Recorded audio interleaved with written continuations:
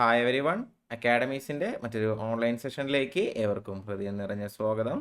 ഞാൻ ഹൻഷാദ്. അപ്പോൾ നമ്മൾ അവസാനമായി നടന്ന SSC-CGL ഇന്ത്യൻ ഹിസ്റ്ററിയിൽ നിന്നുള്ള ചോദ്യങ്ങൾ ഡിസ്കസ് ചെയ്തുകൊണ്ടിരിക്കുകയാണ്. 3 ഇന്ത്യൻ ഹിസ്റ്ററി നമ്മൾ സംസാരിക്കുന്നുണ്ട്. അതെന്താണപ്പോൾ ഈ 3 ഇന്ത്യൻ ഹിസ്റ്ററി എന്ന് വെച്ച് കഴിഞ്ഞാൽ നമുക്കറിയാം, നമുക്ക് SSC പരീക്ഷകൾക്ക് 3 ഇന്ത്യകളാണ് പ്രധാനമായിട്ടും പഠിക്കാനുള്ളത് അല്ലേ. Ancient India, medieval India, modern India എന്നിങ്ങനെ 3 ഇന്ത്യൻ ചരിത്രങ്ങൾ അല്ലെങ്കിൽ ഇന്ത്യയുടെ 3 കാലഘട്ടത്തിൻ്റെ ചരിത്രങ്ങൾ എന്ത് ചെയ്യേണ്ടതുണ്ട്, നമുക്ക് പഠിക്കാനുണ്ട്. അവയിൽ നിന്നെല്ലാമുള്ള മിക്സഡ് ആയിട്ടുള്ള ചോദ്യങ്ങൾ എന്ത് ചെയ്യുകയാണ്, നമ്മൾ ഡിസ്കസ് ചെയ്തുകൊണ്ടിരിക്കുകയാണ്. ഓൾറെഡി 2 ക്ലാസ്സുകൾ ഈ സീരീസിൽ നമ്മൾ ചെയ്തിട്ടുണ്ട്. അത് കാണാത്തവരുണ്ടെങ്കിൽ അതിൻ്റെ ലിങ്ക് താഴെ ഡിസ്ക്രിപ്ഷനിൽ അവൈലബിൾ ആയിരിക്കും. ഇത് ആ സീരീസിലെ 3ാമത്തെ ക്ലാസ് ആണ്. നിങ്ങൾ ഈ ക്ലാസ് ഒക്കെ കണ്ടു കഴിഞ്ഞ് സമാധാനത്തോടെ അത് പോയി കണ്ടാലും മതി. പ്രത്യേകിച്ച് അങ്ങനെ കണക്ഷൻസ് ഒന്നുമില്ല. നമ്മൾ എന്ത് ചെയ്യാണ്, ചോദ്യങ്ങളും അതുമായി ബന്ധപ്പെട്ട കാര്യങ്ങളും എന്ത് ചെയ്യാണ്, ഡിസ്കസ് ചെയ്ത് പോവുകയാണ് ചെയ്യുന്നത്. അപ്പോൾ ഇനിയും എന്ത് ചെയ്യുന്നില്ല, ഇൻട്രോ പറഞ്ഞ് ഞാൻ വലിച്ചു നീട്ടുന്നില്ല. നമുക്ക് എങ്ങോട്ട് പോവാം, നമുക്ക് നമ്മുടെ ഇന്നത്തെ ക്ലാസ്സിലെ ചോദ്യങ്ങളിലേക്ക് പോവാം. വളരെ സിമ്പിൾ ആയിട്ടുള്ളൊരു ചോദ്യം വെച്ച് തന്നെ നമുക്ക് തുടങ്ങാം. In dash Lord Kherson the viceroy of India announce the partition of Bengal.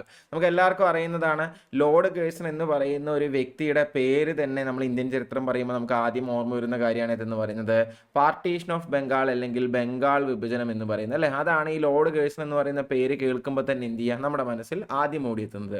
അത് ചോദിച്ചിരിക്കുന്നത് ഏത് വർഷത്തിലാണ് ലോർഡ് കേഴ്സൺ ഈ പറയുന്ന ബംഗാൾ വിഭജനം അനൗൺസ് ചെയ്തത് എന്നാണ് എന്ത് ചെയ്തിരിക്കുന്നത് ചോദിച്ചിരിക്കുന്നത്.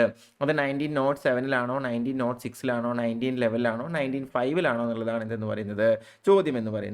ബംഗാൾ വിഭജനം ലോർഡ് കേഴ്സൺ അനൗൺസ് ചെയ്യുന്ന വർഷം 1905 ആണ്. 1905-ലാണ് എന്ത് ചെയ്യുന്നത്, ലോർഡ് കേഴ്സൺ ഇത് ചെയ്യുന്നത്. ഓപ്ഷനിൽ തന്നെ ആക്ച്വലി അത് ക്യാൻസൽ ചെയ്ത വർഷവും കൊടുത്തിട്ടുണ്ട്. 1911-ലാണ് എന്ത് ചെയ്യുന്നത്, ഇവർ ഈ ബംഗാൾ വിഭജനം ക്യാൻസൽ ചെയ്യുന്നത്. നമ്മുടെ ഒരു സ്വാതന്ത്ര്യ സമരത്തിൻ്റെയും അതുപോലെ തന്നെ ഭയങ്കരമായ ആ സമയത്തുള്ള ബുദ്ധിജീവികളും അതുപോലെ അല്ലെങ്കിൽ ആക്ടിവിസ്റ്റുകളുടെയൊക്കെ ഒരു കേന്ദ്രം ബംഗാൾ ആയതുകൊണ്ട് ആ ബംഗാളിൽ നിന്നും എന്ത് ചെയ്യുക, ആ ബംഗാളിൻ്റെ ആ ഒരു കേന്ദ്രത്തിൽ തന്നെ അടിക്കുക എന്നുള്ള ഒരു പ്ലാനോടുകൂടി ലോർഡ് കേഴ്സണും അതുപോലെ തന്നെ ബ്രിട്ടീഷ് ഇന്ത്യയിലെ മുതിർന്ന ഉദ്യോഗസ്ഥന്മാരും എല്ലാവരും കൂടെ ചേർന്ന് എന്ത് ചെയ്യുകയായിരുന്നു, ബംഗാൾ വിഭജിക്കുകയായിരുന്നു. പക്ഷേ ആ വിഭജനത്തിനെതിരെ ജനങ്ങൾ ശക്തമായി പ്രതിഷേധിച്ചപ്പോൾ 1911 6 വർഷങ്ങൾക്ക് ശേഷം എന്ത് ചെയ്യേണ്ടി വന്നു, അവർക്ക് ക്യാൻസൽ ചെയ്യേണ്ടി വന്നു. അപ്പോൾ ചിലപ്പോൾ ചോദ്യം ഇങ്ങനെ ഉണ്ടാവാറുണ്ട്, ബംഗാൾ വിഭജനം ക്യാൻസൽ ചെയ്ത ഇന്ത്യയുടെ വൈസ്രോയി ആരാണെന്ന് ചോദിക്കാറുണ്ട്. ബംഗാൾ വിഭജനം ക്യാൻസൽ ചെയ്ത ഇന്ത്യയുടെ വൈസ്രോയി ആണ് ലോർഡ് ഹാർഡിഞ്ച് എന്ന് പറയുന്നത്. ഞാൻ പൊതുവേ പഠിപ്പിക്കുമ്പോൾ ഒരു കോഡായിട്ട് പറയാറുണ്ട്, ഇങ്ങനെ കുട്ടിച്ചോറാക്കാനായിട്ട് വിഭജിക്കുകയൊക്കെ ചെയ്തത് ഭയങ്കര സന്തോഷത്തോടെ ചെയ്തത് വീണ്ടും ഒന്നിപ്പിക്കുക എന്നൊക്കെ പറയുമ്പോൾ ബ്രിട്ടീഷുകാരെ സംബന്ധിച്ചിടത്തോളം വളരെ ഹാർഡായിട്ടുള്ള, വളരെ വിഷമം നിറഞ്ഞ, വളരെ ബുദ്ധിമുട്ടുള്ള ഒരു ഡിസിഷനാണ് അല്ലേ, അവരുടെ സൈഡിൽ നിന്ന് ആലോചിക്കുമ്പോൾ. കാരണം അവർ എന്താ പറയുക, അത് കുത്തിത്തിരിപ്പുണ്ടാക്കാനായിട്ട് ചെയ്തതാണ്. അപ്പോൾ അത്രയും ഹാർഡായിട്ടുള്ള ഒരു ഡിസിഷൻ, ബംഗാളിനെ വീണ്ടും ഒന്നിപ്പിക്കുക എന്നുള്ളത് പോലത്തെ ഒരു ഹാർഡായിട്ടുള്ള ഡിസിഷൻ ചെയ്ത ആളാണ് ആരെന്ന് പറയുന്നത്, ലോർഡ് ഹാർഡിഞ്ച് എന്ന് പറയുന്നത്. അപ്പോൾ 2 വർഷങ്ങൾ ഓർത്തിരിക്കുക. 1905 അനൗൺസ് ചെയ്തു, 1911 ക്യാൻസൽ ചെയ്തു. ഇത് അനൗൺസ് ചെയ്യുന്നത് ലോർഡ് കേഴ്സൺ, നിർത്തലാക്കുന്നത് ആരാണ് അല്ലെങ്കിൽ ആ വിഭജനം ക്യാൻസൽ ചെയ്യുന്ന വ്യക്തിയാണ് ആരെന്ന് പറയുന്നത്, ലോർഡ് ഹാർഡിഞ്ച് എന്ന് പറയുന്നത്. അത്രയും പറഞ്ഞ സ്ഥിതിക്ക് എനിക്ക് 1907-നെയും 1906-നെയും 1906-നെയും 1907-നെയും വെറുതെ വിടാൻ തോന്നുന്നില്ല. 1906 നമുക്ക് ചോദ്യം വരാറുള്ളതാണ്. 1906-ന്റെ പ്രത്യേകത എന്താണെന്ന് ചോദിച്ചു കഴിഞ്ഞാൽ ഈ വർഷത്തിലാണ് മുസ്ലിം ലീഗ് എന്ന് പറയുന്ന പാർട്ടി എന്ത് ചെയ്യുന്നത്, രൂപീകരിക്കുന്നത്. ഇന്ത്യയിലെ മുസ്ലിംസിന് വേണ്ടി പ്രവർത്തിക്കാൻ എന്നുള്ള പേരിൽ സ്റ്റാർട്ട് ചെയ്യുന്ന ഒരു സംഘടനയാണ് ഇതെന്ന് പറയുന്നത് മുസ്ലിം ലീഗ് എന്ന് പറയുന്നത്. ഇത് രൂപീകരിക്കുന്ന സ്ഥലം എവിടെയാണ്, ധാക്കയിൽ വെച്ചിട്ടാണ്. ബംഗ്ലാദേശിൻ്റെ ഇന്നത്തെ തലസ്ഥാനമായിട്ടുള്ള ധാക്കയിൽ വെച്ചിട്ട് 1906-നാണ് എന്ത് ചെയ്യുന്നത്, മുസ്ലിം ലീഗ് രൂപീകരിക്കുന്നത്. 1907-നെ പറ്റി പറയണമെങ്കിൽ എല്ലാവർക്കും അറിയാം, സൂറത്ത് സ്പ്ലിറ്റ് അല്ലേ. ഇന്ത്യൻ നാഷണൽ കോൺഗ്രസ് എന്ന് പറയുന്ന സംഘടന 2ആയിട്ട്, മോഡറേറ്റുകളെന്നും എക്സ്ട്രീമിസ്റ്റുകളെന്നും, മിതവാദികളെന്നും തീവ്രവാദികളെന്നും 2ആയിട്ട് തല്ലിപ്പിരിയുന്ന സൂറത്ത് പിളർപ്പ് സംഭവിക്കുന്ന സ്ഥലമാണ് ഇതെന്ന് പറയുന്നത് നമ്മുടെ, അല്ലെങ്കിൽ സൂറത്ത് പിളർപ്പ് സംഭവിക്കുന്ന വർഷമാണ് ഇതെന്ന് പറയുന്നത് 1907 എന്ന് പറയുന്നത് എന്നുകൂടെ എന്ത് ചെയ്യുക, ഓർത്തു വയ്ക്കുക. അപ്പോൾ ഓപ്ഷനിൽ കണ്ട ബാക്കി 2 വർഷം കൂടെ ഞാനൊന്ന് ആൻസർ ചെയ്തെന്നുള്ളതേ ഉള്ളൂ. നമ്മുടെ ചോദ്യത്തിലേക്ക് തിരിച്ചു വന്നു കഴിഞ്ഞാൽ ലോർഡ് കേഴ്സൺ 1905-ലാണ് ബംഗാൾ വിഭജനം അനൗൺസ് ചെയ്യുന്നത്. ഇത് ക്യാൻസൽ ചെയ്യപ്പെടുന്നത് 1911 ലോർഡ് ഹാർഡിഞ്ചാണ് ഇത് ക്യാൻസൽ ചെയ്യുന്നത്. 1906 മുസ്ലിം ലീഗ് ധാക്കയിലാണ് രൂപീകരിക്കുന്നത്. 1907-ന്റെ പ്രത്യേകത എടുത്തു കഴിഞ്ഞാൽ എന്താണ്, സൂറത്ത് സ്പ്ലിറ്റ് നടന്ന വർഷമാണെന്നും കൂടി എന്ത് ചെയ്യുക, ഓർത്ത് വയ്ക്കുക. ലോർഡ് കേഴ്സന്റെ ഭരണകാലം എന്ന് പറയുന്നത് 1899 തൊട്ട് 1905 വരെയാണെന്നുള്ള ഒരു ടൈം ലൈനോട് എന്ത് ചെയ്തോളൂ, നിങ്ങൾ വേണമെങ്കിൽ ഒന്ന് മനസ്സിൽ വെച്ചോളൂ. സെറ്റല്ലേ, സംശയമൊന്നുമില്ലല്ലോ. ഒരു ചോദ്യവും കുറച്ച് വിശേഷങ്ങളും കൂടെ കിട്ടിയില്ലേ. എന്നാ പിടിച്ചോ അടുത്ത ചോദ്യം. The Hindu Mahasabha was founded as a response to Muslim fundamentalism in which year. മുസ്ലിം ഫണ്ടമെന്റലിസത്തിനെതിരെയായിട്ടുള്ള ഒരു റെസ്പോൺസ് ആയിട്ട് രൂപീകരിക്കപ്പെടുന്ന ഒരു സംഘടനയാണ് ഇതെന്ന് പറയുന്നത് ഹിന്ദു മഹാസഭ മഹാസഭ എന്ന് പറയുന്നത്. ഈ ഹിന്ദു മഹാസഭ ഏത് വർഷമാണ് രൂപീകരിച്ചത് എന്നാണ് ചോദിച്ചിരിക്കുന്നത്. അതിന്റെ വർഷത്തിലേക്ക് പോകുന്നതിന് മുമ്പ് ഹിന്ദു മഹാസഭയുടെ ഏറ്റവും പ്രശസ്തനായ ഫൗണ്ടറാണ് നിങ്ങൾക്ക് എല്ലാവർക്കും അറിയുന്ന മദൻ മോഹൻ മാളവ്യ എന്ന് പറയുന്നത്. അറിയാത്തവരുണ്ടെങ്കിൽ അത് എന്ത് ചെയ്യുക, അത് ആദ്യം നോട്ട് ചെയ്യുക. അപ്പോൾ മദൻ മോഹൻ മാളവ്യയാണ് എന്ത് ചെയ്യുന്നത്, ഹിന്ദു മഹാസഭ എന്ന് പറയുന്ന സംഘടന എന്ത് ചെയ്യുന്നത്, രൂപീകരിക്കുന്നത്. ഇത് ഏത് വർഷമാണ് രൂപീകരിക്കുന്നതെന്ന് ചോദിച്ചു കഴിഞ്ഞാൽ 1915 എന്ത് ചെയ്യുന്നത്, ഈ ഹിന്ദു മഹാസഭ എന്ന് പറയുന്ന സംഘടന രൂപീകരിക്കപ്പെടുന്നത് എന്ന് എന്ത് ചെയ്യുക, അറിഞ്ഞിരിക്കുക. 1925 രൂപീകരിക്കപ്പെടുന്ന ഒരു സംഘടനയാണ് RSS എന്ന് പറയുന്നത്, രാഷ്ട്രീയ സ്വയം സേവക് സംഘ്. നിങ്ങൾക്ക് എല്ലാവർക്കും അറിയുന്നുണ്ടാവും. RSS രൂപീകരിക്കുന്നത് 1925 നാഗ്പൂരിൽ വെച്ചിട്ടാണ്. ഈ നാഗ്പൂർ തന്നെയാണ് എന്തെന്ന് പറയുന്നത്, RSSന്റെ ഹെഡ് ക്വാർട്ടേഴ്സ് എന്നും പറയുന്നത്. അതും ഈ അടുത്ത് ഏതൊരു പരീക്ഷയിൽ ഞാൻ കണ്ടു. അപ്പോൾ 1915 ഹിന്ദു മഹാസഭ, മദൻ മോഹൻ മാളവ്യ ആയിരുന്നു ഫൗണ്ടർ. 1925 RSS നാഗ്പൂർ ആയിരുന്നു ഹെഡ് ക്വാർട്ടേഴ്സ് എന്നും എന്ത് ചെയ്യുക, ഓർത്ത് വെക്കുക. സെറ്റല്ലേ, സംശയമൊന്നുമില്ലല്ലോ. അടുത്ത ചോദ്യത്തിലോട്ട് പോട്ടെ. അടുത്ത ചോദ്യം, ബ്രഹ്മ സമാജ് വാസ് ഫൗണ്ടഡ് ബൈ ഹും? പരീക്ഷ ഏതോ ആയിക്കൊള്ളട്ടെ, അത് SSC RRB ഏതോ ആയിക്കൊള്ളട്ടെ, ഏതെങ്കിലുമൊക്കെ ഒരു ഷിഫ്റ്റിൽ ബ്രഹ്മസമാജത്തെ പറ്റിയൊരു ചോദ്യം എന്താണ്, ഉറപ്പാണ്, 100% ഗ്യാരണ്ടിയാണ്. അതിപ്പോൾ ആര് സ്ഥാപിച്ചു എന്നാവാം, ഏത് വർഷം സ്ഥാപിക്കപ്പെട്ടു എന്നാവാം, അങ്ങനെ മാറിയും മറിഞ്ഞും എല്ലാം എന്ത് ചെയ്യാറുണ്ട്, ചോദ്യം വരാറുണ്ട്. ഈ ബ്രഹ്മസമാജത്തിന്റെ സ്ഥാപകനെ നമുക്ക് എല്ലാവർക്കും അറിയും. കാരണം ഇന്ത്യൻ ഹിസ്റ്ററി പഠിക്കുന്ന സമയത്ത് ഇന്ത്യൻ റിനൈസൻസ് അല്ലെങ്കിൽ ഇന്ത്യൻ നവോത്ഥാനം എന്ന് പറഞ്ഞൊരു ടോപ്പിക് നമ്മൾ എവിടെ പഠിക്കാറുണ്ട്, നമ്മൾ മോഡേൺ ഇന്ത്യയിൽ പഠിക്കാറുണ്ട്. ആ ഇന്ത്യൻ റിനൈസൻസ് പഠിക്കുമ്പോൾ, ഞാൻ നോർമലി പഠിപ്പിക്കുമ്പോൾ ആദ്യം പഠിപ്പിക്കുന്ന പേരുകളിൽ ഒന്നാണ് ഈ പറയുന്ന രാജാറാം മോഹൻ റോയുടെ പേരെന്ന് പറയുന്നത്. അത് എന്തുകൊണ്ടാണ് അങ്ങനെ പഠിപ്പിക്കുന്നതെന്ന് ചോദിച്ചു കഴിഞ്ഞാൽ, ഇദ്ദേഹമാണ് father of Indian renaissance, Indian നവോത്ഥാനത്തിന്റെ പിതാവ് എന്നറിയപ്പെടുന്നത്. അല്ലെങ്കിൽ മേക്കർ ഓഫ് മോഡേൺ ഇന്ത്യ, ആധുനിക ഇന്ത്യയുടെ സ്രഷ്ടാവ് എന്നറിയപ്പെടുന്നത്. വേറെയും ആളുകളുണ്ട് അങ്ങനെ അറിയപ്പെടുന്നത്. പക്ഷെ നവോത്ഥാനത്തിന്റെ പോയിന്റ് ഓഫ് വ്യൂ എന്ന് നമ്മൾ നോക്കുമ്പോൾ നമ്മൾ എങ്ങനെ പറയാറുണ്ട്, രാജാറാം മോഹൻ റോയിനെ ആധുനിക ഇന്ത്യയുടെ സ്രഷ്ടാവ് എന്നുള്ള രീതിയിൽ എന്ത് ചെയ്യാറുണ്ട്, പറയാറുണ്ട്. അപ്പൊ ഈ ബ്രഹ്മസമാജം 1828 CJLന്റെ തന്നെ ഒരു മുൻവർഷ ചോദ്യമാണ്, വർഷം ഏതാണെന്നുള്ളത്. ബ്രഹ്മസമാജം 1828 സ്ഥാപിക്കുന്ന വ്യക്തിയാണ് ആരെന്ന് പറയുന്നത്, രാജാറാം മോഹൻ റോയ് എന്ന് പറയുന്നത്. ഈ ബ്രഹ്മസമാജത്തിന് മുമ്പ് മൂപ്പര് വേറൊരു സംഘടന സ്ഥാപിക്കുന്നുണ്ട്. അതിന്റെ പേരാണ് ആത്മീയ സഭ എന്ന് പറയുന്നത്. അത് 1814 ഇങ്ങനെ വഴിതെറ്റി അവിടെ ഇവിടേക്ക് ഈ ഒരു ചോദ്യം കൂടെ കാണാറുണ്ട്. അപ്പൊ അതുകൂടെ ഓർത്തു വെക്കുക. ബ്രഹ്മസമാജത്തിന് മുമ്പ് രാജാറാം മോഹൻ റോയ് സ്ഥാപിക്കുന്ന ഒരു സംഘടനയാണ് ഇതെന്ന് പറയുന്നത്, ആത്മീയ സഭ എന്ന് പറയുന്നത്. 1814 എന്ത് ചെയ്യുന്നത്, ഇത് സ്ഥാപിക്കുന്നത്.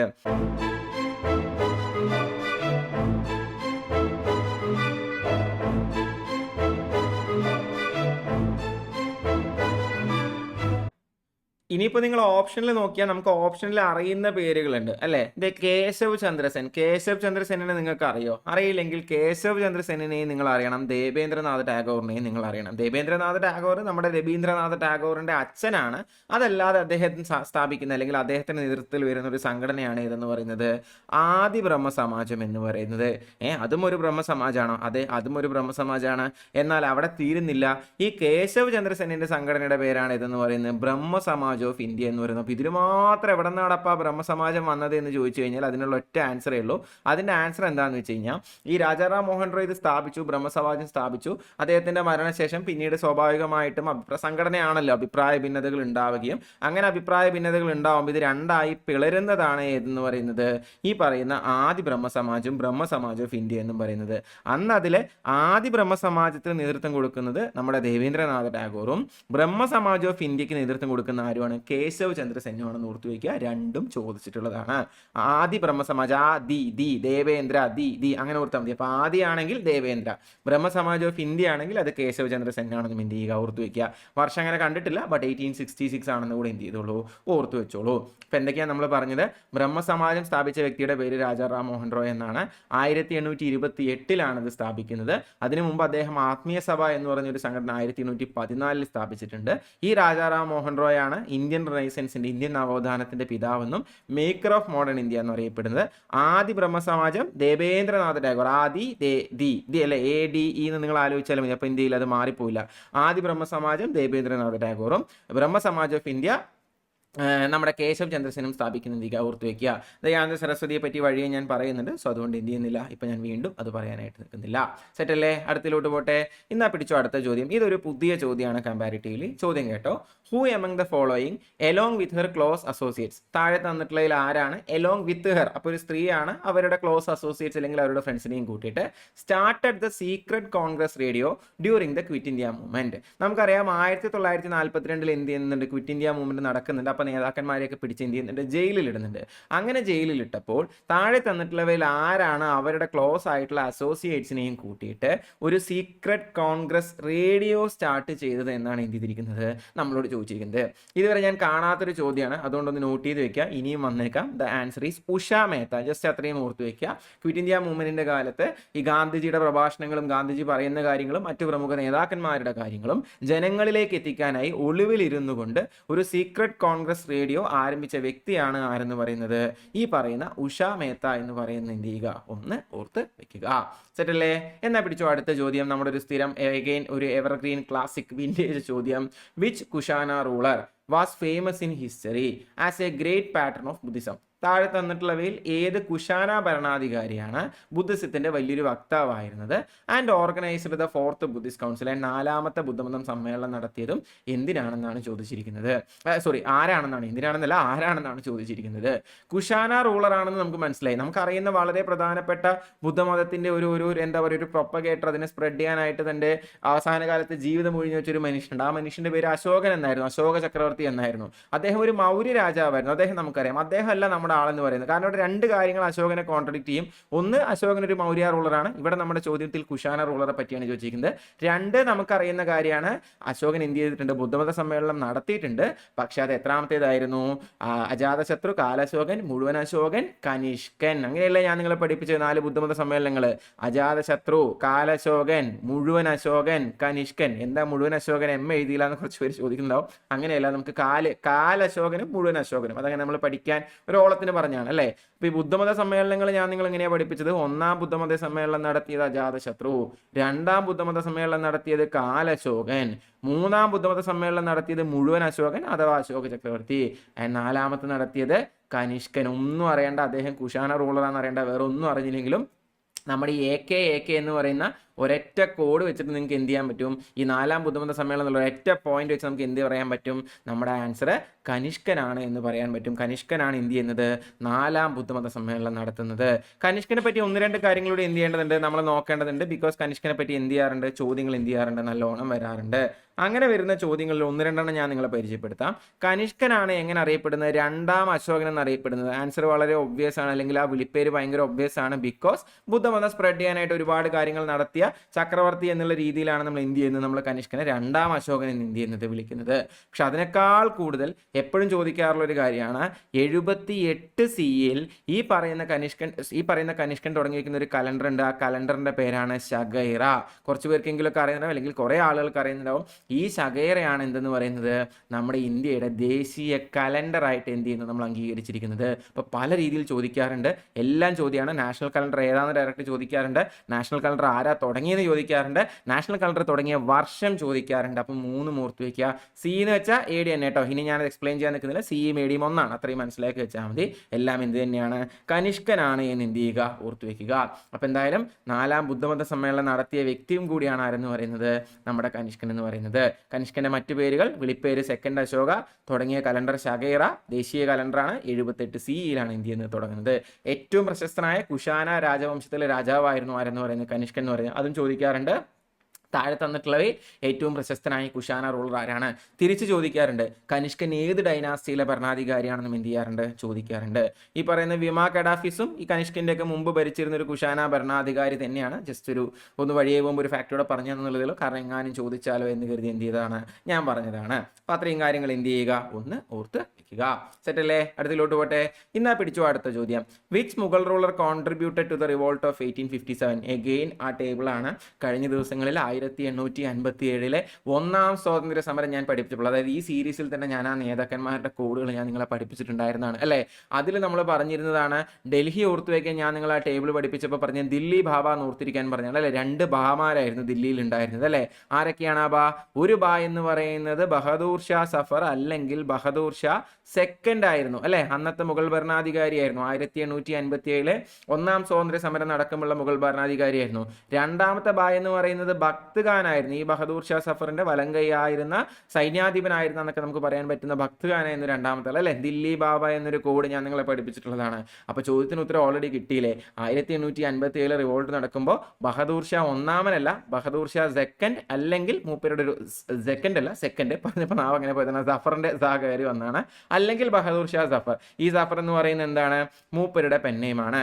പക്ഷേ എൻ്റെ ഓർമ്മയിൽ ഇദ്ദേഹത്തെ പറ്റി വേറൊരു നല്ലൊരു ചോദ്യം ഈ അടുത്ത് ചോദിച്ചിട്ടുണ്ടായിരുന്നു. പരീക്ഷ ഏതാണെന്ന് ഞാൻ കൃത്യമായിട്ട് ഓർക്കുന്നില്ല. SSD തന്നെയാണ്, CGL-ഓ CHS-ഓ MTS-ഓ ഏതോ ഒന്ന്. എന്തായാലും ചോദിച്ചത് ഇതാണ്, ഈ 1857 റിവോൾട്ടിൽ കലാപകാരികൾ എന്താ പറയുക ഡൽഹി കീഴടക്കുന്നുണ്ട്. പിന്നീട് ഡൽഹി അവർ പിടിച്ചെടുത്തപ്പോൾ ഈ പറയുന്ന ബഹദൂർ ഷാ സെക്കൻഡിനെ അവർ നാട് കടത്തുന്നുണ്ട്. എങ്ങോട്ടാണ് നാട് കടത്തിയത്? മറക്കരുത്, റങ്കൂണിലേക്കാണ് എന്ത് ചെയ്യുന്നത്, ഈ പറയുന്ന ബഹദൂർ ഷാ സെക്കൻഡിനെ നാട് കടത്തിയത്. എങ്ങോട്ടാണ് ഡീപോർട്ട് ചെയ്തത്, എങ്ങോട്ടാണ് നാട് കടത്തിയത് എന്നാണ് ചോദിക്കുക. ഡീപോർട്ട് ചെയ്ത രാജ്യത്തിൻ്റെ പേര് റങ്കൂൺ. അപ്പോൾ നമ്മൾ എന്താ പറഞ്ഞത്, 1857 ഒന്നാം സ്വാതന്ത്ര്യ സമരത്തിലുള്ള മുഗൾ ഭരണാധികാരി ബഹദൂർ ഷാ സഫറാണ്. വേണമെങ്കിൽ ചിലപ്പോൾ ഇങ്ങനെ ചോദിക്കാറുണ്ട്, ഈ ഒന്നാം സ്വാതന്ത്ര്യ സമരത്തിന്റെ സമയത്ത് ഇന്ത്യയുടെ ഗവർണർ ജനറൽ ആരായിരുന്നു എന്ന് ചോദിക്കാറുണ്ട്. അങ്ങനെ ചോദിച്ചു കഴിഞ്ഞാൽ നിങ്ങൾ പറയേണ്ടുന്ന ഉത്തരമാണ് ഏതെന്ന് പറയുന്നത്, ലോർഡ് കാനിങ് എന്ന് പറയുന്നത്. വഴിയെ വരുന്നുണ്ട്, ഞാൻ ഒന്നുകൂടെ പറയാം, എന്നാലും ഞാൻ ഒന്നുകൂടെ ഇവിടെ ഓർമ്മിപ്പിക്കുകയാണ്. എപ്പോഴും ചോദിക്കുന്ന ചോദ്യമാണ്. ലോർഡ് കാനിങ് ആണ് എന്തെന്ന് പറയുന്നത്, 1857 റിവോൾട്ടിന്റെ സമയത്ത് ഇന്ത്യയുടെ ഗവർണർ ജനറൽ എന്ന് പറയുന്നത്. പിന്നെ ഡൽഹിയിൽ നിന്ന് ലീഡർഷിപ്പ് കൊടുത്തത് ബഹദൂർ ഷാ സഫറും ഭക്ത് ഖാനും, അല്ലെങ്കിൽ ബഹദൂർ ഷാ സെക്കൻഡും ഭക്ത് ഖാനും. നാട് കടത്തിയത് റങ്കൂണിലേക്കാണെന്നും കൂടി എന്ത് ചെയ്യുക, ഒന്ന് ഓർത്ത് വെക്കുക. സെറ്റല്ലേ, സംശയമില്ലല്ലോ. എന്നാ പിടിച്ചോ അടുത്ത ചോദ്യം. കാർസൺ ദാസ് മുൽജി, ഞാൻ ഇതുവരെ കാണാത്ത രണ്ട് പേരുകളും ചോദ്യമാണ്. കാർസൺ ദാസ് മുൽജി ആൻഡ് ദാദോബ പാണ്ഡുരംഗ്, രണ്ട് പേരുകൾ were associated with dash which worked against evils like caste system and encouraged widow remarriage. അഥവാ വിധവാ പുനർവിവാഹം എൻകറേജ് ചെയ്യുകയും ജാതി വ്യവസ്ഥയെ വിധവാ പുനർവിവാഹം എൻകറേജ് ചെയ്യുകയും അതുപോലെ ജാതി വ്യവസ്ഥ പോലത്തെ സമൂഹത്തിലെ തിന്മകൾക്കെതിരെ പോരാടുകയും ചെയ്ത കാർസൺ ദാസ് മുൽജിയും ദാദോബ പാണ്ഡുരംഗും എന്തുമായിട്ടാണ് അസോസിയേറ്റ് ചെയ്തിരുന്നതെന്ന് ചോദിച്ചേക്കുന്നത്. പരമഹംസ മണ്ഡലിയാണോ, ആര്യ സമാജാണോ, ബ്രഹ്മസമാജാണോ, രാമകൃഷ്ണ മിഷനാണോ എന്ന് ചോദിച്ചു കഴിഞ്ഞാൽ ഇത് ഇവിടെയാണ് ഇതിൻ്റെ ഒരു ഭംഗി എന്ന് പറയുന്നത്. ഇപ്പോൾ നമുക്കിപ്പോൾ ഈ ആര്യ സമാജം, ബ്രഹ്മസമാജം, രാമകൃഷ്ണ മിഷൻ്റെയും ഏകദേശം കഥകൾ എനിക്ക് അറിയാം, അല്ലെങ്കിൽ ഏകദേശം കഥകൾ ഇപ്പം നിങ്ങൾ പഠിക്കുന്ന ഒരാളെ സംബന്ധിച്ചിടത്തോളം അറിയാം. അപ്പോൾ നമുക്ക് ഓപ്ഷൻ നമുക്ക് മനസ്സിലാവും, പരമഹംസ മണ്ഡലി ആയിരിക്കണം എന്തെന്ന് പറയുന്നത് അതിൻ്റെ ആൻസർ എന്ന് പറയുന്നത്. 100% അതാവുന്നില്ല, അതൊക്കെ നമ്മുടെ ആ ഒരു ഇൻസ്റ്റിങ്ക്റ്റ് ആണ് അല്ലേ. ഞാനിപ്പോൾ ഇങ്ങനെ ഈ ഒരു എക്സാമിന് ഞാൻ റിയൽ ടൈം ഇരിക്കണമെങ്കിൽ ഞാൻ ഉറപ്പായിട്ട് ഞാനത് മാർക്ക് ചെയ്യണം, കാരണം എനിക്കറിയാം ഏറെക്കുറെ അത് തന്നെയാണ് ശരി എന്നുള്ളത്. ബിക്കോസ് ആര്യ സമാജത്തെ പറ്റി അത്യാവശ്യം നമ്മൾ പഠിച്ചിട്ടുണ്ട്, ബ്രഹ്മസമാജത്തെ പറ്റി പഠിച്ചിട്ടുണ്ട്, രാമകൃഷ്ണ മിഷനെ പറ്റി പഠിച്ചിട്ടുണ്ട്. അപ്പോഴൊന്നും ഇങ്ങനൊരു പേര്, ഇത്രയും അൺഫെമിലിയർ ആയിട്ടുള്ള രണ്ട് പേരുകൾ നമ്മൾ കേട്ടിട്ടില്ല അല്ലേ. അപ്പോൾ ആ ലോജിക്കും കൂടി എന്ത് ചെയ്യണം, നമ്മൾ ഒപ്പം ഡെവലപ്പ് ചെയ്യണം. എന്തായാലും ഈ ചോദ്യത്തിന് ഉത്തരം ഇത് തന്നെയാണ്. ഇന്നേ വരെ കേൾക്കാത്തൊരു ചോദ്യമാണ്, സോ ശ്രദ്ധിച്ച് കേട്ടോളൂ. കാർസൺ ദാസ് മുൽജി എന്നും അങ്ങനെ തന്നെയാണ് വായിക്കാൻ എനിക്കറിയില്ല, ദാദോബ പാണ്ഡുരംഗ് എന്നും പറയുന്ന രണ്ടാളുകൾ അസോസിയേറ്റ് ചെയ്തിരുന്ന സംഘടനയുടെ പേരാണ് പരമഹംസ മണ്ഡലി. എന്താണ് അവരുടെ ആ ഈ ഒരു സംഘടനയുടെ ജോലി നമ്മൾ പറഞ്ഞു, കാസ്റ്റ് സിസ്റ്റത്തിനെതിരെ, ജാതി വ്യവസ്ഥയ്ക്കെതിരെ, അതുപോലെ തന്നെ വിധവകളുടെ പുനർവിവാഹത്തിന് വേണ്ടിയാണ് എന്ത് ചെയ്തിട്ടുണ്ടായിരുന്നത്, ഇവർ ജോലി ചെയ്തിട്ടുണ്ടായിരുന്നത്. ബാക്കിയെല്ലാം നമുക്ക് അറിയുന്നതാണ്. ആര്യ സമാജം നമുക്കറിയാം, ആരാണ്, ദയാനന്ദ സരസ്വതി സ്റ്റാർട്ട് ചെയ്യുന്നതാണ് അല്ലേ. ആര്യ സമാജം എന്ന് പറയുന്നത് ദയാനന്ദ സരസ്വതിയുടെയാണ്. വർഷം ഒന്ന് നോട്ട് ചെയ്യുക, ദയാനന്ദ സരസ്വതിയാണ് ആര്യ സമാജം എന്ന് എല്ലാവർക്കും അറിയുന്നുണ്ടാവും. വർഷം അറിയാത്തവരുണ്ടെങ്കിൽ നോട്ട് ചെയ്യുക, 1875 എന്ത് ചെയ്യുന്നത്, ഇത് സംഭവിക്കുന്നത്. ബ്രഹ്മസമാജത്തിന്റെ മുഴുവൻ കഥയും ഞാൻ പറഞ്ഞാണ്, ഇനി വീണ്ടും ഞാൻ പറയാൻ നിൽക്കുന്നില്ല, മുഴുവൻ കഥയും പറഞ്ഞിട്ടില്ല, കുറേ പ്രധാനപ്പെട്ട പോയിന്റുകൾ ഞാൻ പറഞ്ഞു. അടുത്തതാണ് രാമകൃഷ്ണ മിഷൻ എന്ന് പറയുന്നത്. ഇതെനിക്ക് തോന്നുന്നു കഴിഞ്ഞ ക്ലാസ്സിൽ നമ്മൾ പറഞ്ഞിട്ടുണ്ട്, ഇല്ലെങ്കിൽ ഞാൻ ഒന്നുകൂടെ പറയാണ്. സ്വാമി വിവേകാനന്ദൻ തൻ്റെ ഗുരുവായിരുന്ന രാമകൃഷ്ണ പരമഹംസന് വേണ്ടി സ്റ്റാർട്ട് ചെയ്യുന്നതാണ്. 1897 എന്ത് ചെയ്യുന്നത്, ഇത് സ്റ്റാർട്ട് ചെയ്യുന്നത്. വർഷം നോട്ട് ചെയ്യുക, 1897. ഇതിൻ്റെ ഹെഡ് ക്വാർട്ടേഴ്സ് ഏതാണ്, ബേലൂർ മഠം. ഹെഡ് ക്വാർട്ടേഴ്സ് വെറുതെ പറയുന്നില്ല, കുറേ വട്ടം ചോദിച്ചിട്ടുള്ളതാണ്. ഹെഡ് ക്വാർട്ടേഴ്സ് എവിടെയാണുള്ളത്, കൊൽക്കത്തയ്ക്ക് അടുത്ത് വെസ്റ്റ് ബംഗാളിലാണ് എന്ത് ചെയ്യുന്നത്, ബേലൂർ മഠം വരുന്നത്. ബേലൂർ മഠം എവിടെയാണ്, ഏത് സംസ്ഥാനത്തിലാണെന്ന് ഡയറക്റ്റായിട്ട് ചോദിച്ചിട്ടുള്ളത് എന്തില്ല, കയ്യും കണക്കുമില്ല. അപ്പോൾ നമ്മുടെ ചോദ്യം, കാർസൺ ദാസ് മുൽജി, ദാദാബ പാണ്ഡുരംഗ് എന്ന് പറയുന്ന രണ്ടുപേര് പരമഹംസ മണ്ഡലിയുമായി ബന്ധപ്പെട്ട് ജോലി ചെയ്തു. ആര്യസമാജം ദയാനന്ദ സരസ്വതി 1875 തുടങ്ങിയതാണ്. ബ്രഹ്മസമാജത്തിന്റെ കഥ നമ്മൾ പറഞ്ഞു. രാമകൃഷ്ണ മിഷൻ സ്വാമി രാമകൃഷ്ണ പരമഹംസന്റെ ഓർമ്മയ്ക്ക്, തന്റെ ഗുരുവായിരുന്ന സ്വാമി രാമകൃഷ്ണ പരമഹംസന്റെ ഓർമ്മയ്ക്ക് സ്വാമി വിവേകാനന്ദൻ 1897 സ്റ്റാർട്ട് ചെയ്യുന്നതാണ്. അതിന്റെ ഹെഡ് ക്വാർട്ടേഴ്സ് വരുന്നത് എവിടെയാണ്, ബേലൂർ മഠമാണെന്നും കൂടി എന്ത് ചെയ്യുക, ഓർത്ത് വയ്ക്കുക. അതുമാതിരി തന്നെയാണ് സ്വാമി വിവേകാനന്ദൻ തുടങ്ങുന്നതാണ്. എന്നാ പിടിച്ചോ അടുത്ത ചോദ്യം. The main or chief social unit of the Aryans. ആര്യന്മാരുടെ കാലഘട്ടത്തിലെ മെയിൻ അല്ലെങ്കിൽ അവരുടെ ചീഫ് സോഷ്യൽ യൂണിറ്റിനെ എന്താ വിളിക്കുക? രാജനല്ല, നമുക്കിത് മനസ്സിലാവും. പരിഷദാവാം, ഗണയാവാം, ജനയാവാം. പക്ഷെ ആര്യന്മാരുടെ കഥയൊക്കെ നമ്മൾ പഠിക്കുമ്പോൾ നമ്മൾ പഠിച്ചിട്ടുള്ളതാണ് മഹാജനപദാസ് നമ്മൾ എന്ത് ചെയ്തിട്ടുള്ളതാണ്, നമ്മൾ പഠിച്ചിട്ടുള്ളതാണ് അല്ലേ. ആ ജനയാണ് ഇതെന്ന് പറയുന്നത് ഒരു സോഷ്യൽ യൂണിറ്റ്, ഏറ്റവും ഒരു മെയിൻ ആയിട്ടുള്ള ഒരു സോഷ്യൽ യൂണിറ്റിനാണ് നമ്മൾ ജന എന്ന് പറയുന്നത്.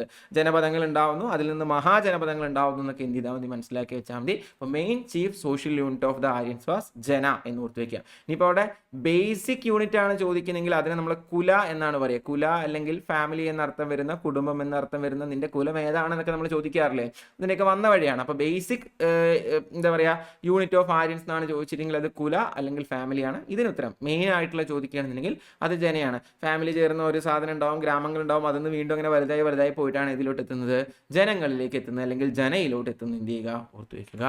അടുത്ത ചോദ്യം, who among the following was the founder of Bahmani sultanate. നമുക്കറിയാം വിജയനഗര സാമ്രാജ്യത്തിനോടൊപ്പം തന്നെ കർണാടകയുടെ പല ഭാഗങ്ങളും ഭരിച്ചിരുന്ന മറ്റൊരു ഡൈനാസ്റ്റി ആയിരുന്നു ബാഹ്മനി സുൽത്താനേറ്റ് എന്ന് പറയുന്നത്.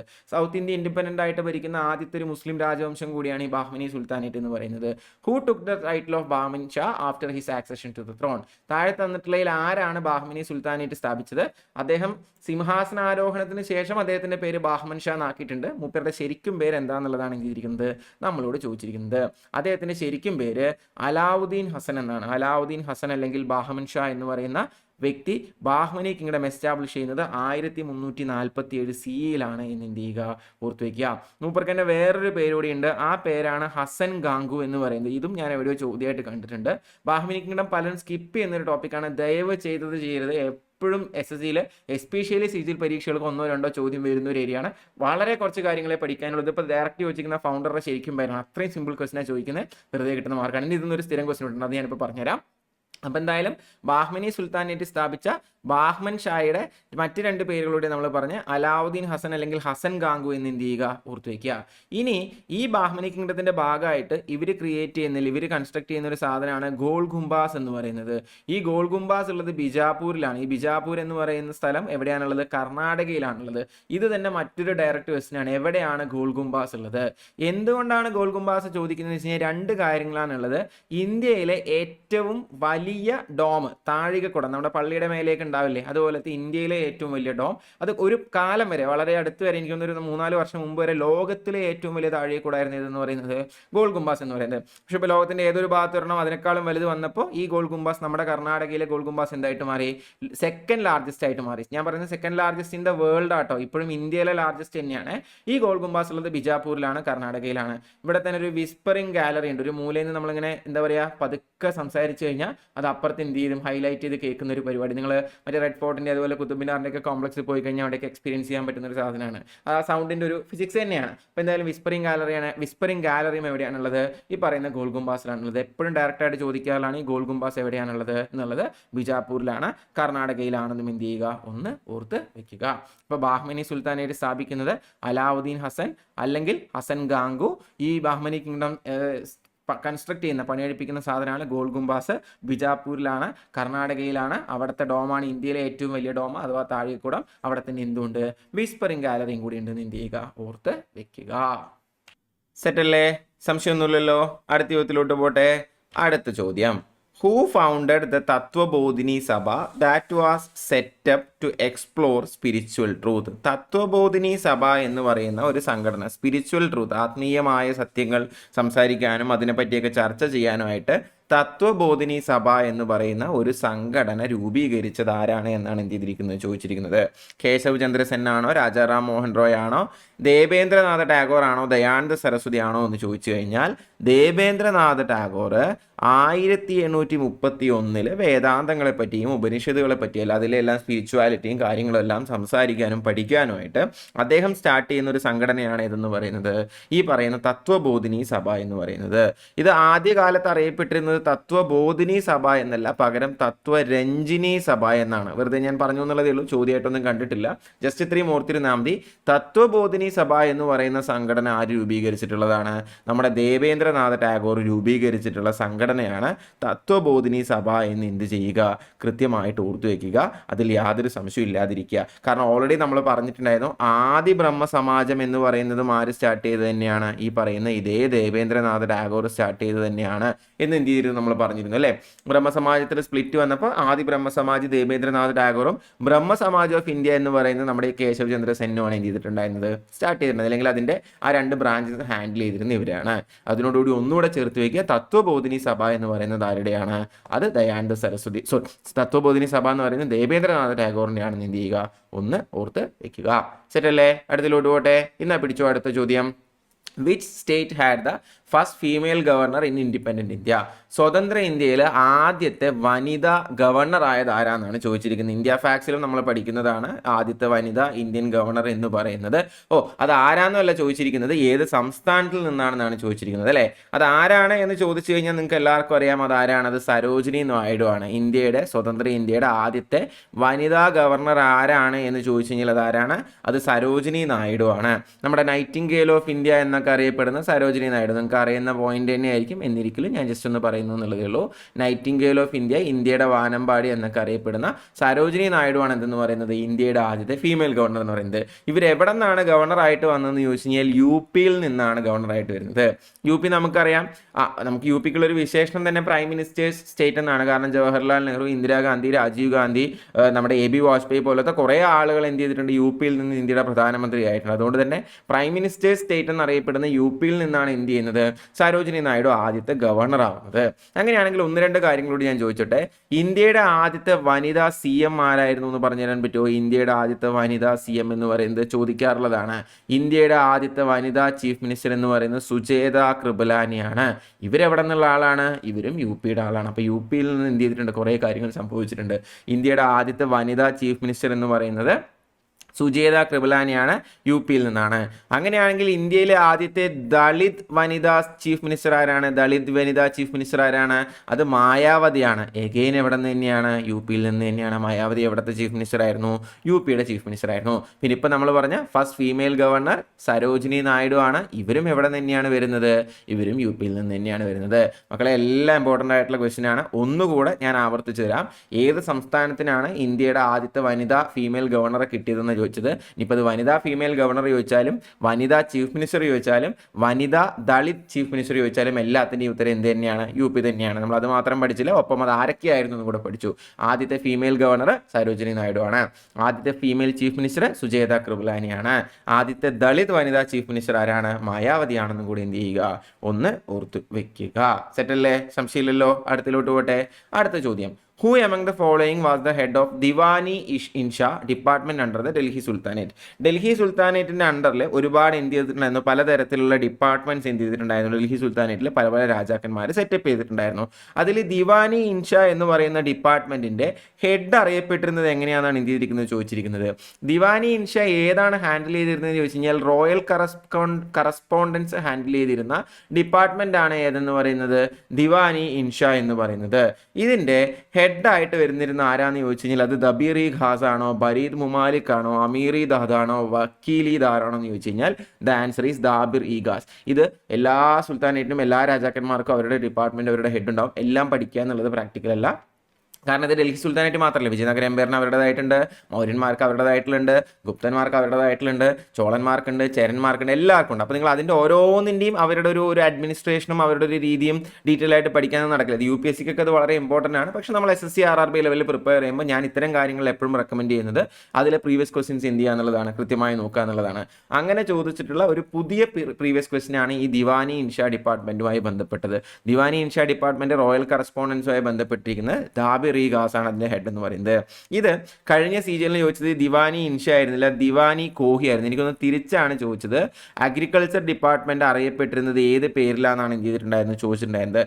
Agriculture department Muhammad bin Tughlaq start ചെയ്യുന്നതാണ്. ദിവാനി കോഹി എന്നാണ് അറിയപ്പെട്ടിരുന്നത്. സോ അത് ജസ്റ്റ് ഓർത്ത് വയ്ക്കുക. അഗ്രികൾച്ചറുമായി ബന്ധപ്പെട്ട് മുഹമ്മദ് ബിൻ തുഗ്ലക്ക് സ്റ്റാർട്ട് ചെയ്യുന്ന ഡിപ്പാർട്ട്മെൻ്റ് ആണ് ഏതെന്ന് പറയുന്നത് ദിവാനി കോഹി എന്ന് എന്ത് ചെയ്യുക, ഒന്ന് ഓർത്ത് വെക്കുക. അപ്പോൾ അതും കിട്ടിയില്ലേ. ദിവാനി ഇൻഷാ എന്ന് പറയുന്നത് റോയൽ കറസ്പോണ്ടൻസ് ആണ്. അതിൻ്റെ ഹെഡ് എന്ന് പറയുന്നത് ധാബിർ ഇ ഗാസ് ആണ്. അതുപോലെ അഗ്രികൾച്ചറുമായി ബന്ധപ്പെട്ട ഡിപ്പാർട്ട്മെന്റ് ദിവാനി കോഹി ആണെന്ന് കൂടെ എന്ത് ചെയ്യുക, ഒന്ന് ഓർത്ത് വെക്കുക.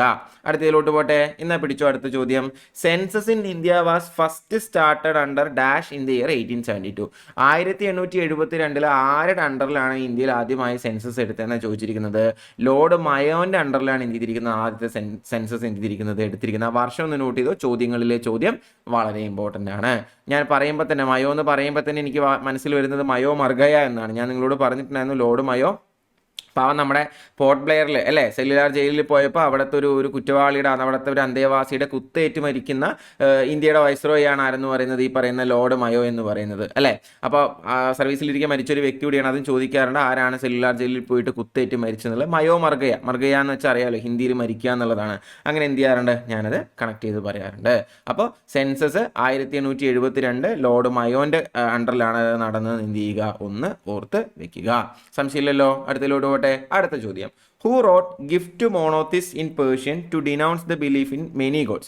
പല ദൈവങ്ങളിലും ഒരുപാട് ദൈവങ്ങളിലുള്ള വിശ്വാസം ഇല്ലാതാക്കാനായിട്ട് അല്ലെങ്കിൽ അതിൽ നിന്നും ആളുകളെ മാറ്റി ചിന്തിപ്പിക്കാനായിട്ട് ഗിഫ്റ്റ് മോണോതിസ്റ്റ്, നിങ്ങൾക്കറിയാം മോണോ എന്ന് വെച്ച് കഴിഞ്ഞാൽ ഒന്ന് എന്നുള്ള അർത്ഥത്തിലാണ് അല്ലെ. തീസ്റ്റ് എന്ന് വെച്ച് കഴിഞ്ഞാൽ ഒരു ദൈവം, വൺ ഗോഡ് എന്നുള്ള കോൺസെപ്റ്റിലോട്ട് ആളുകളെ മാറ്റാനായിട്ട് അതിനു വേണ്ടി ഒരു പുസ്തകമായിട്ടുള്ള ഗിഫ്റ്റ് മോണോതിസ്റ്റ് എന്ന് പറയുന്ന ഒരു പുസ്തകം എഴുതിയ ആൾ ആരാന്നാണ് എന്തിരിക്കുന്നത്, ചോദിച്ചിരിക്കുന്നത്.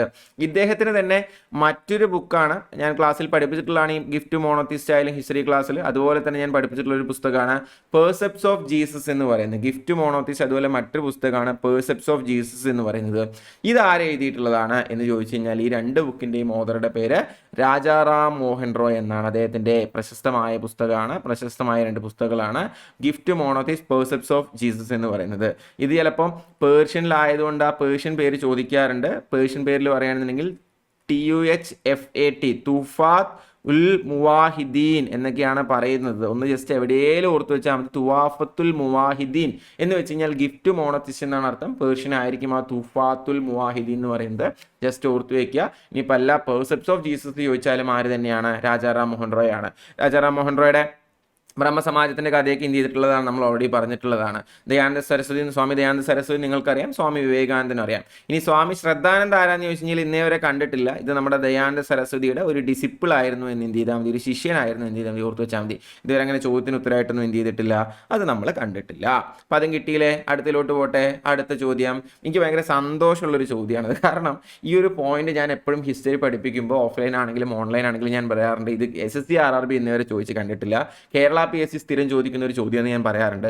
അത് SSC CJയിൽ തന്നെ ആ പോയിന്റ് എടുത്തിട്ട് ഇനിയിപ്പോൾ അങ്ങനെ പറയണ്ട, കേരള PSC മാത്രമല്ല ഞങ്ങളും ചോദിക്കുന്നുണ്ട് എന്ന് പറഞ്ഞ് ചോദിച്ചിട്ടുള്ളൊരു ചോദ്യമാണ്. അപ്പോൾ അതുകൊണ്ട് തന്നെ ഒരു സന്തോഷത്തോടു കൂടി തന്നെ ഞാൻ പഠിപ്പിച്ചോട്ടെ. Primarily under whose persuasion did Mahatma Gandhi visit Champaran to understand the problem of peasants? ഗാന്ധിജിയുടെ ഇന്ത്യൻ രാഷ്ട്രീയത്തിലേക്കുള്ള എൻട്രിയാണ് എന്തെന്ന് പറയുന്നത്, ചമ്പാരൻ സ്ട്രഗിൾ എന്ന് പറയുന്നത് അല്ലെ. ബീഹാറിലുള്ള ഒരു സ്ഥലമാണ്, നോർത്തേൺ ബീഹാറിലുള്ള ഒരു സ്ഥലമാണ് ഇതെന്ന് പറയുന്നത്, ഈ പറയുന്ന ചമ്പാരൻ എന്ന് പറയുന്നത്. ഇവിടെ ചോദിച്ചിരിക്കുന്നത് ആരുടെ നിർബന്ധത്തിന് വഴങ്ങിയാണ് അല്ലെങ്കിൽ ആരാണ് ഗാന്ധിജിയെ ഈ ചമ്പാരൻ സന്ദർശിക്കാനും ആ പെസൻസിന് വേണ്ടിയിട്ടുള്ള കർഷകരുടെ സമരം ഏറ്റെടുക്കാനും ഗാന്ധിജിയെ പ്രേരിപ്പിച്ചത് എന്നാണ് ചോദിച്ചിട്ടുള്ളത്. ഇത് കേരള PSC എപ്പോഴും ചോദിക്കുക, ചമ്പാരൻ സ്ട്രഗിളിന്റെ ലോക്കൽ ലീഡർ ആരായിരുന്നു എന്നാണ് ചോദിക്കാറുള്ളത്. അതിന്റെ ലോക്കൽ ലീഡറാണ് എന്ത് ചെയ്യുന്നത്, ഗാന്ധിജിയെ സമരത്തിലേക്ക് ഇൻവൈറ്റ് ചെയ്യുന്നത്. അതിലോട്ട് പോകുന്നതിന് മുമ്പ് ആളുടെ പേര് പറയുന്നതിന് മുമ്പ് ചമ്പാരൻ നടന്ന വർഷവും നിങ്ങൾക്ക് അറിയുന്നുണ്ടാവും, 1917 എഗെയിൻ പ്രീവിയസ് ക്വസ്റ്റ്യൻ ആണ്, അറിയില്ലെങ്കിൽ ഓർത്തു വെക്കുക. അപ്പൊ ചമ്പാരൻ ബീഹാറിലാണ്, 1917 അതിലേക്ക് ഗാന്ധിജിയെ ഇൻവൈറ്റ് ചെയ്യുന്ന ലോക്കൽ ലീഡറുടെ പേര് രാജ്കുമാർ ശുക്ല എന്നാണ്. പലപ്പോഴും കേരള PSC ചോദിക്കുന്ന ഒരു ചോദ്യമാണ്. ബട്ട് SSC RRB ഞാൻ അങ്ങനെ ചോദിച്ച് കണ്ടിട്ടില്ല, ഇപ്പൊ അവരും ചോദിച്ചു. അപ്പോൾ മഹാത്മാഗാന്ധിയെ ചമ്പാരൻ സ്ട്രഗിളിലേക്ക് ഇൻവൈറ്റ് ചെയ്യുന്ന ലോക്കൽ ലീഡർ ആരാണ് എന്ന് ചോദിച്ചു കഴിഞ്ഞാൽ the answer is Rajkumar Shukla. ഇവിടെ കുറച്ചും കൂടെ ഡീറ്റെയിൽ ആയിട്ട് ആരാണ് ഗാന്ധിജി അതിലേക്ക് ക്ഷണിച്ചത് എന്നുള്ള അർത്ഥത്തിലേക്ക് ചോദിച്ചിരിക്കുന്നത്. ആൻസർ സെയിം തന്നെയാണ്, രാജ്കുമാർ ശുക്ല. ഒപ്പം ഓർക്കേണ്ടത് ചമ്പാരൻ ഇപ്പോൾ ഉള്ളത് ബീഹാറിലാണ്. ചമ്പാരൻ സ്ട്രഗിൾ നടക്കുന്ന വർഷം എന്താണ്, 1917. ഗാന്ധിജി അവിടെ എത്തി ആ സമരത്തിന് കൃത്യമായ നേതൃത്വം കൊടുക്കുകയും അതിൽ വിജയിക്കുകയും ചെയ്തിട്ടുണ്ടെന്ന് കൂടി എന്ത് ചെയ്യുക, ഓർത്ത് വെക്കുക. അതും കിട്ടിയില്ലേ. അടുത്തിലോട്ട് പോട്ടെ. അടുത്ത ചോദ്യം. He was a Delhi Sultan who started the practice of sijda and paibos in the court. അതായത് സിജാദ എന്നും പൈബോസ് എന്നും പറയുന്ന ഒരു ആചാരം തുടങ്ങി വെച്ചത് ഡൽഹി സുൽത്താനാണ്. ആരാണെന്ന് ചോദിച്ചേക്കുന്നത്? എൻ്റെ ഓർമ്മ ശരിയാണെങ്കിൽ ഇത് കഴിഞ്ഞ വർഷത്തെ സീജറിലും ചോദിച്ചിട്ടുണ്ട്, ഈ വർഷം ചോദിച്ചിട്ടുണ്ട്, ഇനിയും ചോദിക്കും. കമ്പാരിറ്റീവ്ലി ഒരു പുതിയ ചോദ്യമാണ്, പക്ഷെ നന്നായിട്ട് ചോദിക്കാനുള്ള ചോദ്യമാണ്. അതായത് സിജാദ എന്ന് വെച്ച് കഴിഞ്ഞാൽ സുജൂദ് ചെയ്യാന്നൊക്കെ പറയില്ലേ മുസ്ലിംസ്, അതുപോലൊരു സംഭവമാണ്. നിസ്കരിക്കുമ്പോൾ സുജൂദ് ചെയ്യുക, നെറ്റി നിലത്ത് മുട്ടിക്കുക എന്നുള്ള അർത്ഥത്തിലാണ്. പൈബോസ് എന്ന് വെച്ച് കഴിഞ്ഞാൽ ഈ രാജാവിൻ്റെ കാല് ഉമ്മ വെക്കുക എന്നുള്ള അർത്ഥത്തിൽ വരുന്നതാണ്. അപ്പോൾ നിങ്ങൾക്ക് ആലോചിച്ചാൽ തന്നെ മനസ്സിലാവും, ആ രാജാവ് അദ്ദേഹത്തിൻ്റെ ആ ഒരു സുപ്രീമസി പ്രൂവ് ചെയ്യാനായിട്ട് അല്ലെങ്കിൽ അത് എസ്റ്റാബ്ലിഷ് ചെയ്യാനായിട്ട് അദ്ദേഹം ചെയ്തു വെക്കുന്ന രണ്ട് പരിപാടിയാണ് ഇതെന്ന് പറയുന്നത് സിജാദ എന്നും പൈബോസ് എന്നും പറയുന്നത്. മുട്ടുകുത്ത്, അതുപോലെ തന്നെ കാല്, രാജാവിൻ്റെ കാല് വെക്കുക എന്നുള്ളതുമാണ്. ഇത് ആരാണ് തുടങ്ങിയത് എന്നാണ് എന്ത് ചെയ്തിരിക്കുന്നത്, നമ്മളോട് ചോദിച്ചിരിക്കുന്നത്. ഫിറോസ് ഷാ തുഗ്ലക് ആണോ, ഗിയാസുദ്ദീൻ ബാൽബൻ ആണോ, ഇൽത്തുമിഷ് ആണോ, ഇബ്രാഹിം ലോധിയാണെന്ന് ചോദിച്ചേക്കുന്നത്? ഇത് തുടങ്ങി വെക്കുന്നത് ഗിയാസുദ്ദീൻ ബാൽബനാണ്. കാരണം ഇൽത്തുമിഷ് തുടങ്ങി വെക്കുന്ന ഒരു കുരുക്ക് ഡൽഹി സുൽത്താനേറ്റിന് തലയ്ക്ക് മേലെ നിൽക്കുന്നതിന് അതിൻ്റെ പേര് ചാലീസ അല്ലെങ്കിൽ ചാഹ്ലാഗാനി എന്നായിരുന്നു അല്ലേ? നിങ്ങൾക്ക് അറിയുന്നുണ്ടാവും. 40 പണ്ഡിതന്മാരുടെ ഒരു സംഘമായിരുന്നു. അവർ പ്രഭുക്കന്മാരായി പിന്നീട് മാറി. രാജാവിനെ അല്ലെങ്കിൽ സുൽത്താനെ ഭരണത്തിൽ സഹായിക്കുക എന്നുള്ളൊരു ലക്ഷ്യത്തോടു കൂടി തുർക്കി ഭാഷയിൽ 40 എന്നർത്ഥം വരുന്ന 40 പേരുടെ ഒരു സംഘത്തെ ഇൽത്തുമിഷ് എന്ത് ചെയ്യുന്നുണ്ട്, അപ്പോയിന്റ് ചെയ്യുന്നുണ്ട്. പക്ഷേ ഇത് പിന്നീട് വന്ന സുൽത്താൻമാർക്ക് ഭയങ്കര കുരുക്കായി. കാരണം അവരെ നേരാവണ്ണം ഭരിക്കാൻ ആര് സമ്മതിക്കാതെയായി, ഇവർ സമ്മതിക്കാതെ. കാരണം ഭരണം ഇവരുടെ കയ്യിലാണെന്നുള്ള ഒരു തെറ്റിദ്ധാരണ എന്ത് ചെയ്ത് അവർക്ക് വന്നു. അപ്പോൾ അത് മൊത്തം പൊളിച്ചെഴുതുന്ന ഒരു സുൽത്താനാണ്, രാജാവാണ് ആരെന്ന് പറയുന്നത് ഗിയാസുദ്ദീൻ ബാൽബൻ എന്ന് പറയുന്നത്. നിങ്ങളുടെ സ്ഥാനം ചാലീസിയുടെ ചാഹ്ലാഗാനിയുടെ സ്ഥാനം ഒരിക്കലും സുൽത്താൻ ഒപ്പമല്ല, അതിനും ഒരുപാട് താഴെയാണ് എന്നുള്ളത് ഒന്നുകൂടെ അവർക്ക് മനസ്സിലാക്കി കൊടുക്കാൻ മൂപ്പർ ചെയ്യുന്ന പരിപാടിയാണ് ഇതെന്ന് പറയുന്നത് ഈ സിജാദ ആൻഡ് പൈബോസ് എന്ന് പറയുന്നത്. അപ്പോൾ തുടങ്ങി വെക്കുന്നത് ഗിയാസുദ്ദീൻ ബാൽബനാണ്. ഈ ഗിയാസുദ്ദീൻ ബാൽബൻ്റെ ശരിക്കും പേരൊക്കെ പലപ്പോഴും ചോദിക്കാറുണ്ട്. അദ്ദേഹത്തിൻ്റെ ശരിക്കും പേര് ഉലൂഗ് ഖാൻ എന്നാണ്. ഉലൂഗ് ഖാൻ എന്നാണ് എന്ത് ചെയ്യുന്നത്, ഗിയാസുദ്ദീൻ ബാൽബൻ്റെ ശരിക്കും പേരെന്ന് പറയുന്നത്. പിന്നെ ചോദിക്കാറുള്ളത് മറ്റൊരു പേര് ഇദ്ദേഹം സ്വയം എടുത്ത് അണിയുന്നുണ്ട്, അതാണ് സീ ഇലാഹി. സീ ഇലാഹി എന്ന് വെച്ച് കഴിഞ്ഞാൽ ദൈവത്തിൻ്റെ നിഴൽ, ഷാഡോ ഓഫ് ഗോഡ് എന്ന അർത്ഥം. സീ ഇലാഹിയുടെ അർത്ഥം എന്താണ്? ഷാഡോ ഓഫ് ഗോഡ്, ദൈവത്തിൻ്റെ നിഴലാണ് ഞാൻ, ദൈവത്തിൻ്റെ പ്രതിപുരുഷനാണ് ഞാൻ എന്ന് സ്വയം അവകാശപ്പെട്ടു. അദ്ദേഹത്തിൻ്റെ ശക്തി എസ്റ്റാബ്ലിഷ് ചെയ്യുക എന്നുള്ളതാണ്. അതിൽ അദ്ദേഹം വിജയിക്കുകയും ചെയ്തു. ആളാണ് ആരെന്ന് പറയുന്നത്, ഈ പറയുന്ന ഗിയാസുദ്ദീൻ ബാൽബൻ എന്ന് പറയുന്നത്. പിന്നെ ബാൽബനെ പറ്റി സ്ഥിരം ചോദിക്കാറുള്ള മറ്റൊരു ചോദ്യമാണ് who introduced Nauroz the Persian festival in India. സ്ഥിരം ക്വസ്റ്റ്യൻ ആണ്. ഇന്ത്യയിൽ നൗറോസ് എന്ന് പറയുന്ന പേർഷ്യൻ ഫെസ്റ്റിവൽ എസ്റ്റാബ്ലിഷ് ചെയ്യുന്ന വ്യക്തിയുടെ പേരും എന്ത് തന്നെയാണ്, ഈ പറയുന്ന ഗിയാസുദ്ദീൻ ബാൽബൻ എന്ന് തന്നെയാണ് എന്ന് കൂടെ എന്ത് ചെയ്യുക, ഓർത്ത് വെക്കുക. ഇൽത്തുമിഷിന്റെ കഥ നമ്മൾ പറഞ്ഞു. Real founder of Delhi sultanate എന്നൊക്കെ അറിയപ്പെടുന്നതാണ് അല്ലേ, നമുക്ക് അറിയുന്നതാണ്. കുതുബ്ദീൻ ഐബക്കിന്റെ അടിമയായിരുന്നു. അതിൽ നിന്നും അദ്ദേഹം അവിടെ നിന്ന് എന്താ പറയുക ഡൽഹി സിംഹാസനത്തിന്റെ അധിപനായി മാറി എന്നുള്ളതാണ്. സഹോദരന്മാർ കുതുബ്ദീൻ ഐബക്കിന് ചെറിയ പൈസയ്ക്ക് കാശുണ്ടാക്കാനായിട്ട് ചതിച്ച് വിൽക്കുകയാണ് ആരെ, ഇൽത്തുമിഷിനെ. പക്ഷെ അവിടെ നിന്ന് അദ്ദേഹം വളർന്നു വലുതായി എന്തായിട്ട് മാറി, ഡൽഹി സിംഹാസനത്തിന്റെ അധിപനായിട്ട് അല്ലെങ്കിൽ അതിന്റെ അവകാശിയായിട്ട് മാറി. ഇബ്രാഹിം ലോധിയെ പറ്റി പറയുകയാണെങ്കിൽ ഈ ഇബ്രാഹിം ലോധിയാണ് ആര് തോൽപ്പിക്കുന്നത്, ബാബർ തോൽപ്പിക്കുന്നത്. എവിടെ തോൽപ്പിക്കുന്നത്? ബാറ്റിൽ ഓഫ് പാനിപ്പത്ത് 1 ഒന്നാം പാനിപ്പട്ട് യുദ്ധത്തിൽ 1526 ഈ പറയുന്ന ഇബ്രാഹിം ലോധിയെ തോൽപ്പിച്ചുകൊണ്ടാണ് എന്ത് ചെയ്യുന്നത്, മുഗൾ ഭരണത്തിന് ഇന്ത്യയിൽ അടിത്തറയിടുന്നത്. ആരാണ് അതിൽ വിജയിക്കുന്നത്? ബാബറാണ് അതിൽ വിജയിക്കുന്നത്. അപ്പോൾ നമ്മൾ കഥയിൽ നിന്ന് ഒരുപാട് മുന്നോട്ട് പോയി. പറഞ്ഞ പോയിന്റുകൾ ഞാൻ ഒന്നുകൂടെ സമ്മറൈസ് ചെയ്യാം. എല്ലാം പ്രീവിയസ് ക്വസ്റ്റ്യൻ ആണ്. സിജാദ എന്നും പൈബോസ് എന്നും രണ്ട് ആചാരങ്ങൾ, അതായത് നിലത്ത് മുട്ടുകുത്താനും അതുപോലെ തന്നെ സുൽത്താൻ്റെ പാദം മുമ്പ് വയ്ക്കാനുള്ള 2 പരിപാടികൾ സ്റ്റാർട്ട് ചെയ്യുന്നത് നമ്മുടെ ഗിയാസുദ്ദീൻ ബാൽബനാണ്. അദ്ദേഹം വളരെ ശക്തനായ ഭരണാധികാരി ആയിരുന്നു. അദ്ദേഹത്തിന് ശരിക്കും പേര് ഉലൂഖാൻ എന്നാണ്. സ്വയം വിശേഷിപ്പിച്ചിരുന്നത് സീ ഇലാഹി അഥവാ ഷാഡോ ഓഫ് ഗോഡ് എന്നുള്ളതാണ്. നൗറോസ് എന്ന് പറയുന്ന പേർഷ്യൻ ഫെസ്റ്റിവൽ ഇന്ത്യയിൽ തുടങ്ങി വെക്കുന്നത് ഗിയാസുദ്ദീൻ ബാൽബനാണ്. വെരി ഇമ്പോർട്ടൻറ്റ് ക്വസ്റ്റ്യൻ, കയ്യും കണക്കില്ലാതെ എല്ലാ പരീക്ഷയ്ക്കും ചോദിച്ചിട്ടുള്ളതാണ്. ഇൽത്തുമിഷാണ് ചാലീസ അല്ലെങ്കിൽ ചാഹ്ലാഗാനി എന്ന് പറയുന്ന 40 പ്രഭുക്കന്മാരുടെ പണ്ഡിതന്മാരുടെ ഒരു ഗ്രൂപ്പ് തുടങ്ങുന്നത്. അത് പിന്നീട് തൊന്തരവായി. അത് ഒഴിവാക്കാനാണ് ഈ പറയുന്ന ഗിയാസുദ്ദീൻ ബാൽബനി, സിജാദിയും പൈബോസും ഒക്കെ കൊണ്ടുവരുന്നത്. ഡൽഹി സുൽത്താനേറ്റിന്റെ റിയൽ ഫൗണ്ടർ എന്നറിയപ്പെടുന്ന ഇൽത്തുമിഷാണ്. ഇബ്രാഹിം ലോധിയാണ് എന്ത് ചെയ്യുന്നത്, ബാബർ ബാറ്റിൽ ഓഫ് പാനിപ്പത്തിൽ തോൽപ്പിക്കുന്നത് എന്ന് കൂടെ എന്ത് ചെയ്യുക, ഒന്ന് ഓർത്ത് വെക്കുക. ബാറ്റിൽ ഓഫ് പാനിപ്പത്തിന്റെ വർഷം അറിയാത്തവരുണ്ടെങ്കിൽ 1526 എന്ത് ചെയ്യുന്നത്, ബാറ്റിൽ ഓഫ് പാനിപ്പത്ത് നടക്കുന്നതെന്നും എന്ത് ചെയ്യുക, മനസ്സിലാക്കി വെക്കുക. അപ്പോൾ ഇത്രയും ചോദ്യങ്ങളാണ് ഈ ക്ലാസ്സിൽ നമ്മൾ ഡിസ്കസ് ചെയ്യാനായിട്ട് ആഗ്രഹിച്ചത്. കഴിഞ്ഞിട്ടില്ല, ഇനിയും ചോദ്യങ്ങൾ നമുക്ക് സംസാരിക്കാനുണ്ട്. അപ്പോൾ കൂടുതൽ ചോദ്യങ്ങളായിട്ട് ഇനി വരുന്ന ക്ലാസ്സുകളിൽ നമുക്ക് കണ്ടുമുട്ടാം. ഈ സെഷൻസ് നിങ്ങൾക്ക് യൂസ്ഫുൾ ആവുന്നുണ്ട് എന്ന് വിചാരിക്കുന്നു. നല്ലൊരു റിവിഷൻ കൂടി കിട്ടാനാണ്.